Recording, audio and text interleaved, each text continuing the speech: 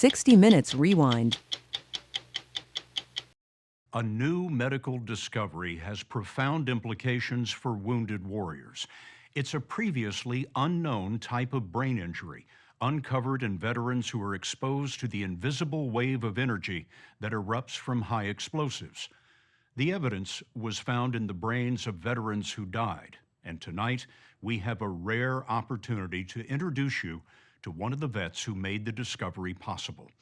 Retired Army Sergeant First Class Brian Mancini killed himself in 2017 after descending into psychosis. But we met Mancini years before, in 2011, after he made a nearly miraculous recovery from the impact of a roadside bomb in Iraq. There's no one better to begin this story than the late Brian Mancini himself. I got hit in the face. I knew pretty early that I had lost my eye. I didn't know how severe my injuries were, but I knew I was hurt very bad. We met Brian Mancini 6 years before his suicide. We had followed a group of wounded vets back to Iraq on a therapy program endorsed by the Pentagon, designed to help them come to terms with the day they were wounded and leave that day behind. You know, we often hear about guys that carry these heartaches their whole lives, and it slowly erodes them. I don't want to be that guy. You know, I want to be able to have a successful life and not burdened with the demons that I seen here. I'm glad I'm alive. On that return trip to Iraq, Mancini visited the field hospital that saved him. My whole face has been rebuilt. I used to look like Brad Pitt. This is what I got stuck with. I have a titanium mesh plate in my forehead. They rebuilt my whole orbital socket. My sinuses were rebuilt. How many surgeries did that come to? I have no idea. I have no idea.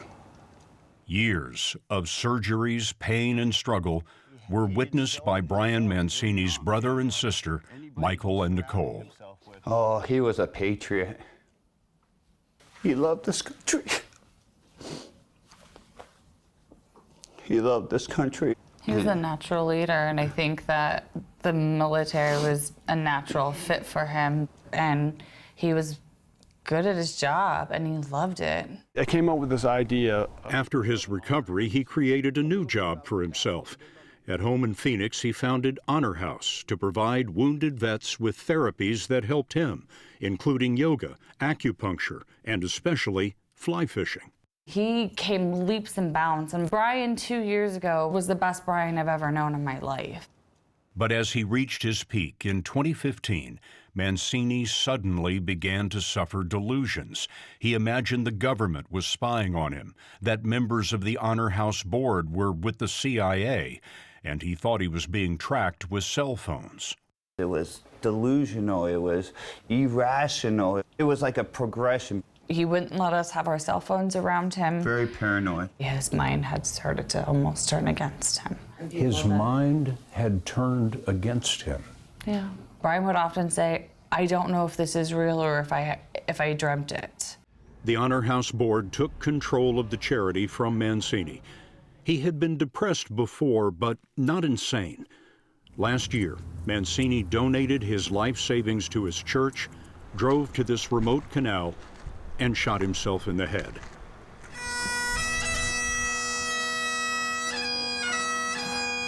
The betrayal of his mind had been so sudden, so shocking, that his family was certain there must be a cause that no one understood. And the first initial thought to me was, I need to find someone who would take my brother's brain tissue for further study and further research. The Mancinis found neuropathologist Dr. Daniel Pearl. Pearl oversees the brain tissue repository at the Uniformed Services University of the Health Sciences, the military medical school in Bethesda, Maryland.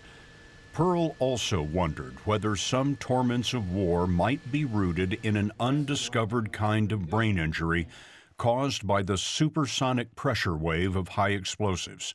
That started in World War I, and we had the whole issue of shell shock, and then in World War II we had battle fatigue, and in Korea we had PTSD. I mean, these are all expressions of responses to being in warfare, much of it being exposed to blast.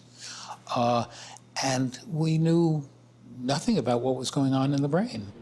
Pearl's team sliced brain tissue from 8 veterans and examined the tissue under a microscope, rare for its power.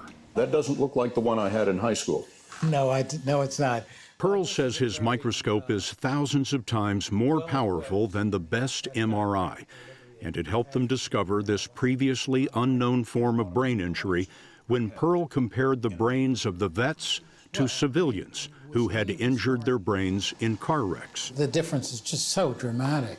These on the left are people who suffered A single individual's brain who suffered an automobile accident, a single individual who was exposed to blast, stained identically for scarring.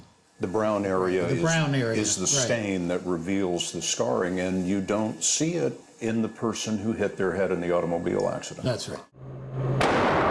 When an IED goes off, there's a tremendous explosion. And with the explosion comes the formation of something called the blast wave. And it is sufficiently powerful to pass through the skull and through the brain. And when it does that, it does damage the brain tissue. Do you have a slide of Brian Mancini's brain? Yes, we do. The dark brown is scarring, running along lines where 2 types of brain tissue meet, the so-called gray matter and white matter. The locations were areas of the brain that had differing densities. This was the interface between gray matter and white matter, between brain and fluid, such as spinal fluid, or brain and blood. Why do you see the scarring where the white matter and the gray matter come together? The white matter have a somewhat higher density than the gray matter, and that's where the energy of the blast wave is released. They bang together. In a sense, yeah. Do you see this scarring at these interfaces throughout the entire brain? We're looking at that now, okay? By and large, yes. Evidence of this scarring was found in all of the veterans, none of the civilians.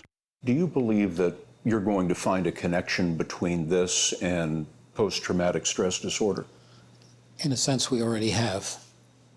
Every case that we've looked at has been diagnosed with PTSD. And what that connection is, the nature of that connection, whether the scarring in the brain leads one to be more apt to develop PTSD, or whether there's so much overlap between the symptoms that one gets with the damage in the brain that it looks like PTSD, we don't know yet. Do you see there's a little tiny hole there? That is an abnormality. Earlier this season, we reported on research by another laboratory into vets who showed evidence of CTE, the kind of brain injury found in football players. Dr. Pearl says his team has discovered something distinct from CTE. Very different, okay? One is a huge blast wave that almost destroys his face, passes through his brain. It's a one-time thing, okay? It's not the sort of daily and weekly impact injury that an NFL player has. The other thing is that our service members are coming home from deployment symptomatic. By and large, CTE in the football player, for instance, occurs in their retirement, after they've played. Years Yes, later. well, years later, right, they become symptomatic. So the timing of it seems to be a very different proposition. But it's absolutely clear to you that Brian Mancini did not have CTE. That's right. We looked very carefully for CTE in Brian's brain, and he just did not have it. So what you and your colleagues have discovered is something new. Yes, yes, this is new. This has changed thinking about blast exposure and its consequences. We were able to add something to Dr. Pearl's research that he rarely sees, a description of the blast that wounded one of his deceased subjects. Most of my forehead was blasted out. I had a basal skull fracture, along with some fractured vertebrae in my back and some burns and shrapnel. When I was doing the assessment of my injuries, I remember laying down and opening my mouth as wide as possible and reaching in and scraping the debris that had been knocked loose and the blood from my airway so I could breathe. And shortly after that, I lost consciousness. It's just stunning to see this. It's not something I normally get to experience. I mean, that he survived this injury is just remarkable, much less what happened afterwards. The story will continue after this. Now that the discovery is known, Pearl hopes research can begin into improving the lives of those who suffer with this hidden wound of war. What's your theory today on how this damage manifests itself in a living human being? Well, obviously, wherever there is damage, there must be some loss of function. Persistent headaches. They have problems with sleep. They have problems concentrating, memory problems, swings of mood, anger management problems. The discovery is a lone fact that raises many questions. Can the scarring ever be seen in a living patient? How do the scars affect the mind? And what can be done? If Brian Mancini had come to you in the last year of his life, would you have been able to do anything for him? No, I don't think so. I don't think so. We're not there yet. We have a lot of people now beginning to take it seriously and begin work on it. It's not just us in our lab. It's really been a game changer in terms of our approach to this problem. Dr. Pearl is now searching for preserved brains of World War I veterans to see if the scarring dates to the beginning of widespread use of high explosives in war. Brian Mancini's life was devoted to wounded warriors, first as an Army medic, then in rehabilitation, and now even in death. His work to heal continues. And this is what Brian would have wanted. Oh, absolutely. Without a doubt. Brian's still serving his country. Amen. I wouldn't trade any of these horrendous and horrific experiences for anything.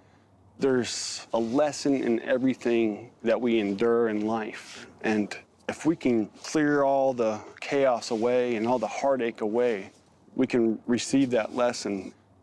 Why was I here? What was this for? Why did this happen? And kind of get some of those answers. And I think that helps in healing long term.